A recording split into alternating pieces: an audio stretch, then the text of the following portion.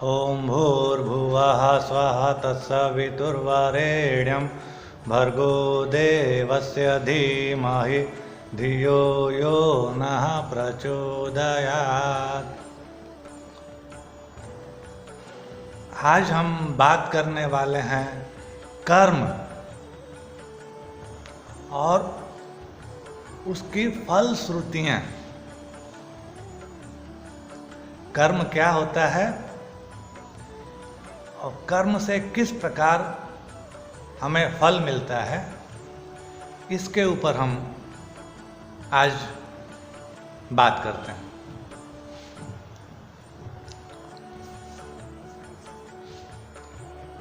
हमारा यह जो जीवन है, जो जन्म से लेकर के नित्य निरंतर आगे बढ़ता चला जा रहा है, जो जीवन, यह जो जीवन है एक खेत है और बहुत उपजाऊ खेत है। ये जीवन रूपी खेत से उपजाऊ और कोई खेत है ही नहीं। और इस जीवन रूपी खेत में हम लोग नित्य निरंतर क्षण क्षण बीज बोते रहते हैं। और किस चीज का बीज बोते हैं? कर्म का बीज बोते हैं। बहुत बड़ा खेत है ये जीवन। और जीवन में क्षण क्षण, बाप रे बाप, पैदा होने से लेकर के और जीवन के अंत तक गिन नहीं सकते कि कितने क्षण होते हैं। और क्षण क्षण हम जो कार्य करते हैं वह कार्य बीज होता है, जो जीवन रूपी खेत में क्षण क्षण रोपित होता चला जाता है। अभी हम जो कर्म किए तो वह बीज रूप में जीवन रूपी खेत में हम बो दिए। इस क्षण किया हुआ कर्म का जो बीज है, जो जीवन में बो दिए, वो धीरे धीरे अंकुरित होगा। अंकुरित होकर के सैपलिंग का रूप लेगा, नन्हा पौधा। नन्हे पौधे से बड़ा होता चला जाएगा। बड़ा होते होते वृक्ष का रूप लेगा। और जब वृक्ष का रूप लेगा तो एक समय ऐसा आएगा जब उस पर फल लगना शुरू होगा। तो जो कर्म हम किए वो जीवन रूपी खेत में बो दिए। अब बोए तो पौधा होने में समय लग रहा है कि नहीं लग रहा है? वृक्ष बनने में समय लग रहा है कि नहीं लग रहा है? और फल देने में भी समय। और एक क्षण ऐसा आता है जब फल मिल जाता है।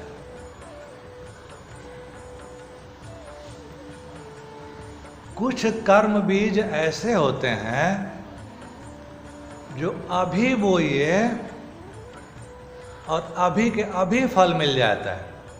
ऐसा हमारे किसान भाई भी कई सारे पौधे लगाते हैं जो तत्काल फल देने लगते हैं।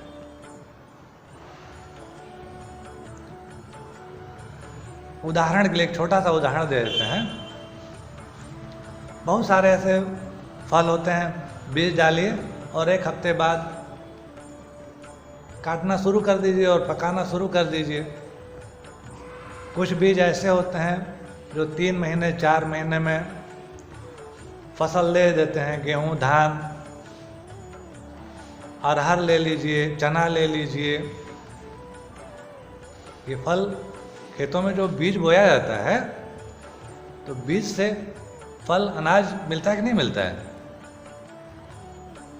तत्काल वाले फल हैं, और कुछ पपीता ले लीजिए 1 साल में मिल जाता है, केला ले लीजिए 1 साल में मिल जाता है, और आम 5 साल में मिल जाता है। इमली की बात करें तो 25-30 साल में मिल जाता है।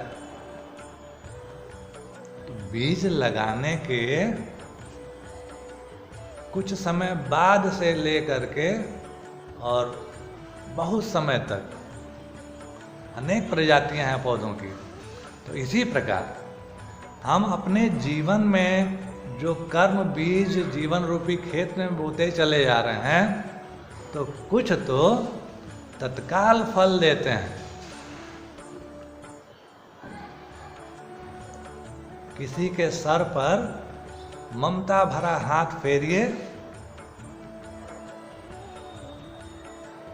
तत्काल प्रसन्नता रूपी चेहरे में के रूप में फल दिख जाएगा। और किसी को गाली देकर के देखिए, तत्काल उसका परिणाम मिल जाएगा। गाली के रूप में मिल सकता है, लड़ाई मार झगड़ा कोर्ट कचहरी मुकदमा के रूप में मिल सकता है, मिलता है ना। और कुछ कर्म ऐसे होते हैं कि बीज बो दीजिए, कुछ सालों बाद उसका फल मिलता है। जैसे मान लीजिए छोटा बच्चा पढ़ाई करना शुरू करता है, 12 साल 13 साल 15 साल तक वो पढ़ाई करता है। हर क्लास में कर्म रूपी बीज क्षण क्षण तो बोता चला जा रहा है, और बीज बोते बोते बोते बोते बोते एक समय ऐसा आता है कि फलदार वृक्ष का रूप ले लेता है, और फिर सालों 30 साल 35 साल 40 साल तक अनवरत वह फल देता रहता है। समझ रहे होंगे आप। आइए एक कहानी के माध्यम से समझते हैं कि कर्म क्या होता है और फल कैसे मिलता है। ये कहानी हमारे गुरुदेव पंडित श्री राम शर्मा आचार्य जी के अखंड ज्योति पत्रिका से लिया हुआ है, और हम तो इस कहानी से बहुत प्रभावित हैं। एक राज्य में एक राजा थे, और खूब सुंदर सा मंदिर बनाए हुए थे, और एक ब्राह्मण जिसे कर्मकांड आता था, वह अपने लिए कार्य खोजते खोजते राजा के पास पहुंचा, और अपनी विद्वता अपने कर्मकांड के बारे में उनको बताया, और राजा से अपने अनुकूल कार्य मांगा। तो राजा उसे अपने राज्य महल में स्थित मंदिर में पुजारी नियुक्त कर दिया। यह पुजारी 20 वर्ष तक लगातार मंदिर में कर्मकांड, विभिन्न कर्मकांड, पूजा इत्यादि करते रहे। इसी बीच राजा का राजकुमार विवाह योग्य हो गया, और एक दिन उसका विवाह कर दिया गया। विवाह के उपरांत राजा की बहू आई। राजकुमार और राजा की बहू दोनों शादी के बाद पहली रात को एक कमरे में थे, सब कुछ ठीक चल रहा था। इसी बीच राजकुमार को नींद आ गई, और वो गहरी निद्रा में सो गए। राजकुमारी शयन कक्ष के सौंदर्य को निहारने लगे। निहारते निहारते देखते देखते उनकी निगाह दीवार पर टंगी हुई एक खूबसूरत तलवार पर पड़ी और राजकुमारी तुरंत उस तलवार को उठा करके और अपने बिस्तर पर ले करके आई, म्यान में से उसको निकाली और उसके सौंदर्य को देखने लगी। उस तलवार का सौंदर्य निहारते निहारते, देखते देखते अचानक तलवार उनके हाथ से, राजकुमारी तलवार राजकुमार के पत्नी के हाथ से छूट गया और राजकुमार के गर्दन पर ही गिर गया और इस ढंग से गिरा कि राजकुमार का गर्दन कट गया। अचानक से खून की धार फूट पड़ी और मौके पर ही राजकुमार के प्राण पखेरु उड़ गए। अब तो राजा की बहू राजकुमार की, दिवंगत राजकुमार की पत्नी जोर जोर से चीखने लगी। उसको समझ में ही नहीं आ रहा था कि क्या हो गया, क्योंकि उसका उद्देश्य तो राजकुमार को मारना तो था नहीं। वो तो तलवार का सौंदर्य निहार रही थी, अचानक से छूट गया। वह अवाक रह गई और उसकी तो आवाज ही नहीं निकल रही थी, बस चिल्लाए जा रही थी, बदहवास की तरह चिल्लाए जा रहे थे। दौड़े भागे सिपाही, अनेक लोग, सब लोग आए। शयन कक्ष का दृश्य देख करके सारे लोग हक्के बक्के और अवाक रह गए। अरे ये क्या, राजा भी आए, क्या हुआ क्या हुआ, ये क्या हुआ, कैसे हुआ? सब लोग चिंतित परेशान, कौन किया, किसने किया?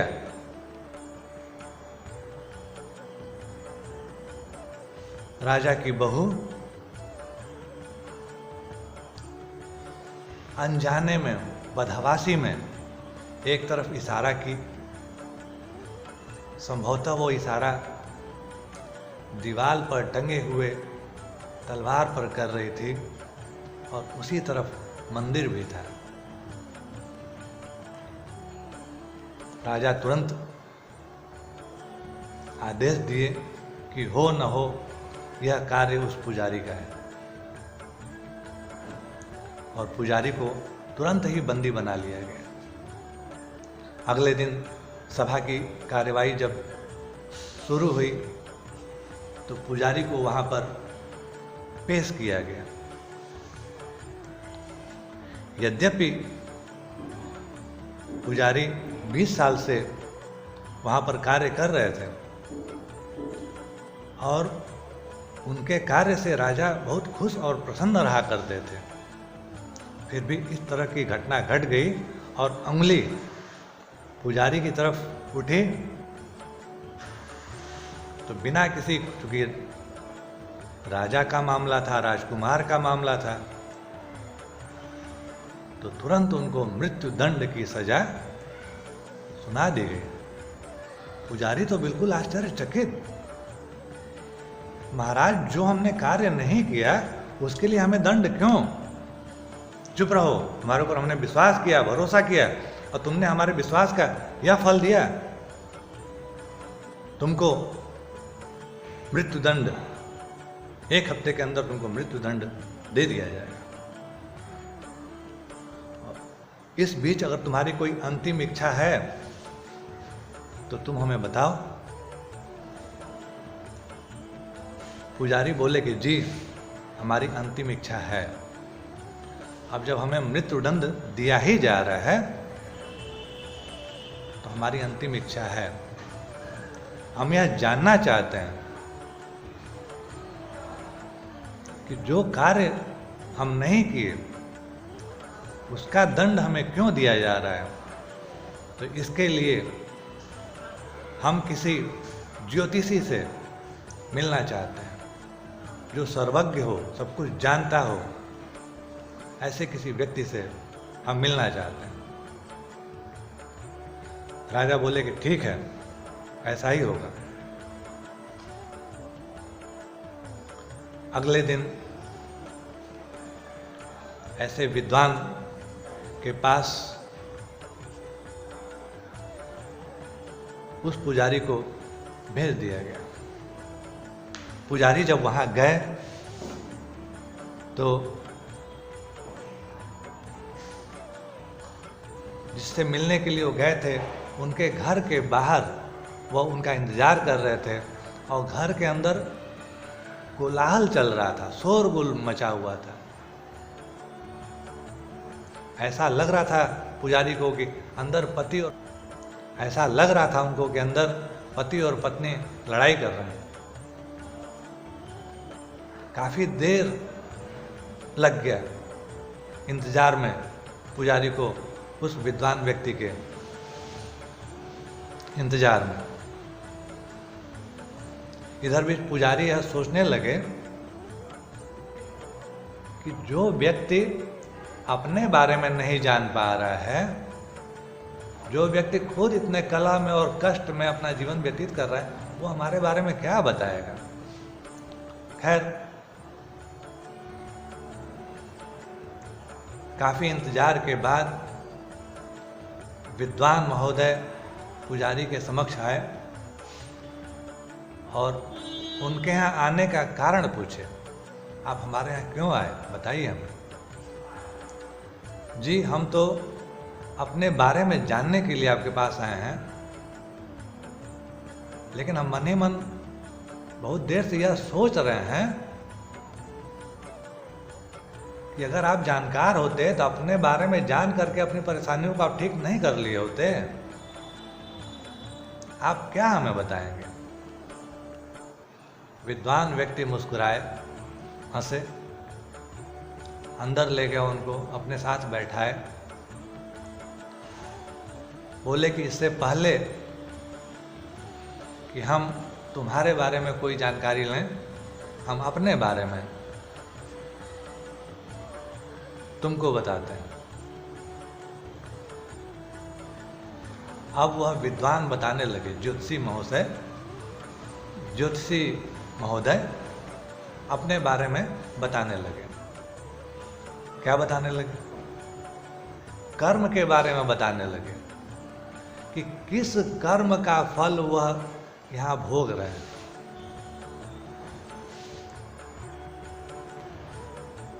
वह बताने लगे कि पिछले जन्म में वह कौवा थे और उनकी पत्नी गधा थी।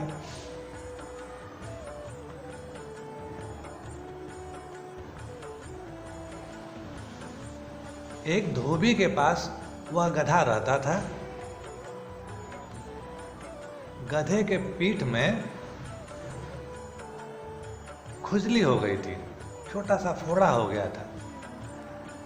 अब कौवा आता था वहां पे और गधे के पीठ को अपने चोंच से खोदता था। रोज का उसका यही क्रम था। रोज उड़ के काँव काँव करते हुए आकर के गधे के पीठ पर वह कौवा बैठ जाता और उसको खोदने लगता, मारने लगता, उसका मांस नोचने लगता। गधा कितना भी बचने का प्रयास करता, नहीं बच पाता, रोज रोज तंग होता चला जाता।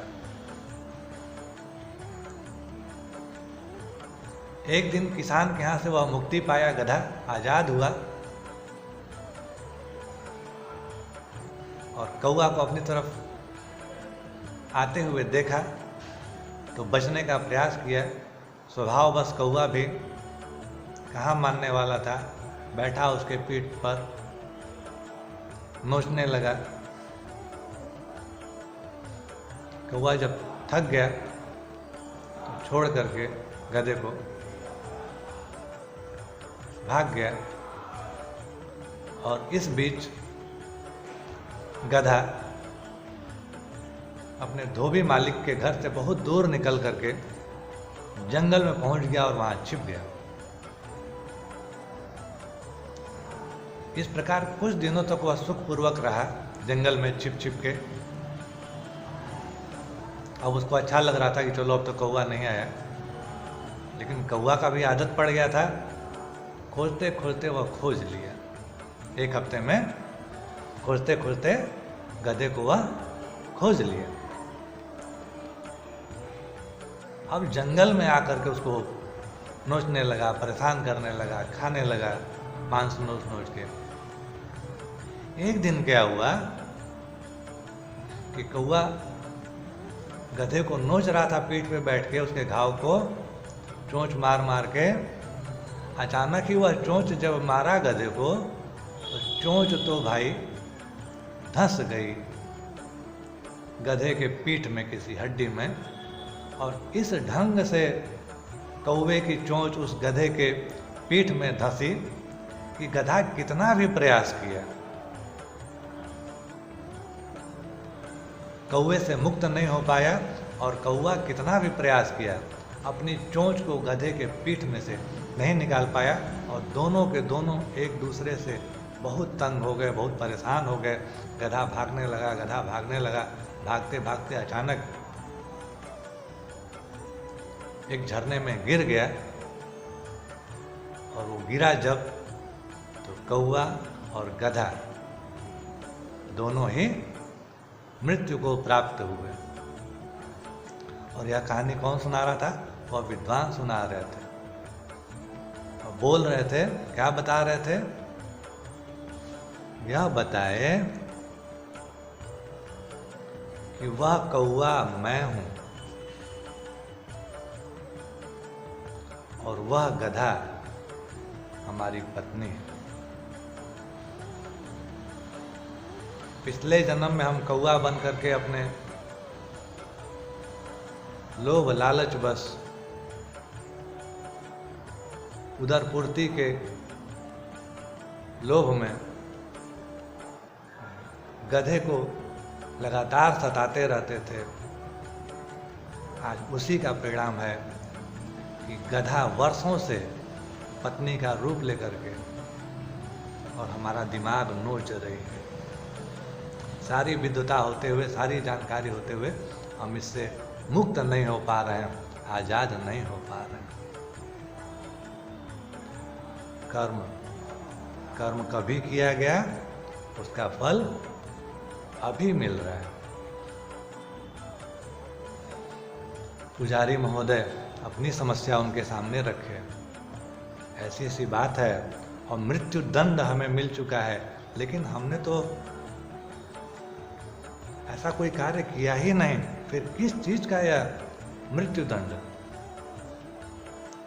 विद्वान महोदय थोड़ा सा ध्यान लगाए और देखे, तो देखते समय क्या नजर आया? नजर यह आया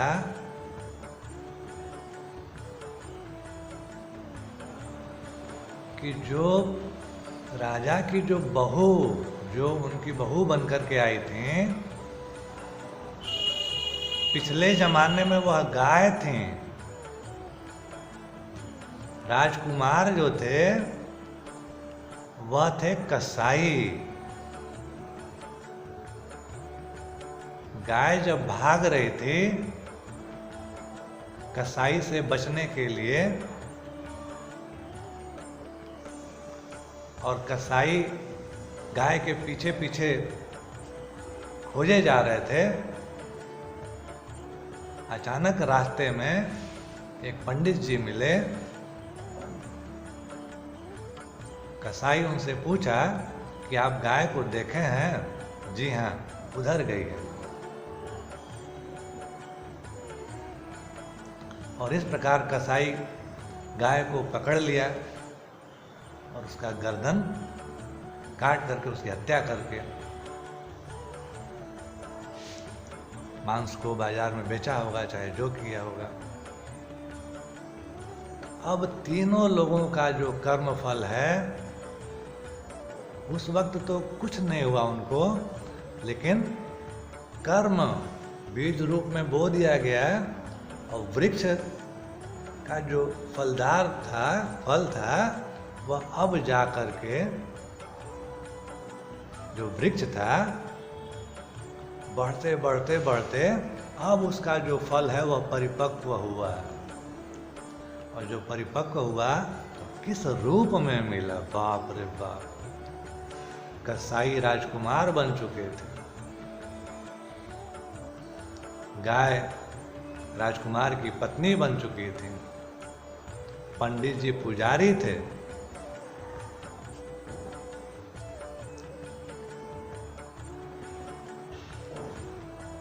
और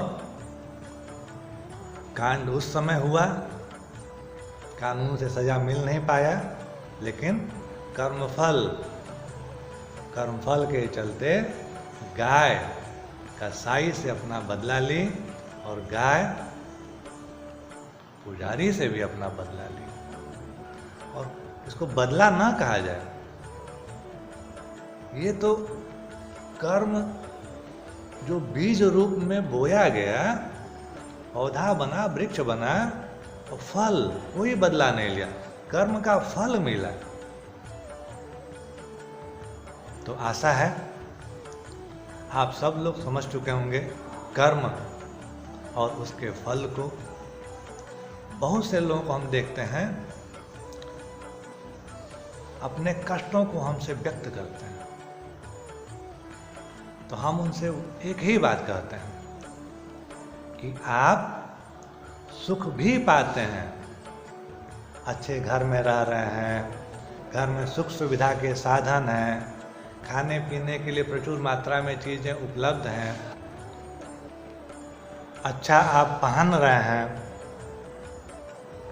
तो कितनी अच्छी चीज़ें, कितने सुख की चीज़ें आपके जीवन में आ रही हैं। तो यह सुख की चीज़ें क्यों आ रही हैं? क्योंकि किसी समय आप अपने जीवन रूपी खेत में किसी कर्म का बीज बोए होंगे, जिसका फल ऐसा प्राप्त हुआ जो आपको सुख दे रहा है। तो जब यह सुख रूपी फल खा रहे हैं आप, तो दुख रूपी फल कौन खाएगा?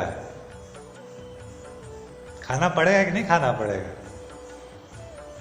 आप ही का बोया हुआ आपको तो मिल रहा है। जैसा आप बीज बोए वही आपको मिला, तो फल लेने में परेशानी क्यों? मत परेशान होइए, मत तंग होइए, लेकिन अब समझिए, आज से, इसी क्षण से इस जीवन रूपी खेत में ऐसा ऐसा बीज बोइए कि आपके मनोनुकूल फल मिलना शुरू हो, और जिसको आप खाएं तो कहेंगे वाह, आनंद आ रहा है, मजा आ रहा है। आप ही को बोना है और आप ही को खाना है, ना कोई आपको सुख दे सकता है और ना ही कोई आपको दुख दे सकता है। आज के लिए इतना ही। आप लोगों का बहुत बहुत धन्यवाद। यदि आप इस वीडियो को पूरा देखें तो सिर्फ अपने पास मत रखिए, बहुत लोग परेशान हैं, दुख में, उन तक भेज दीजिए।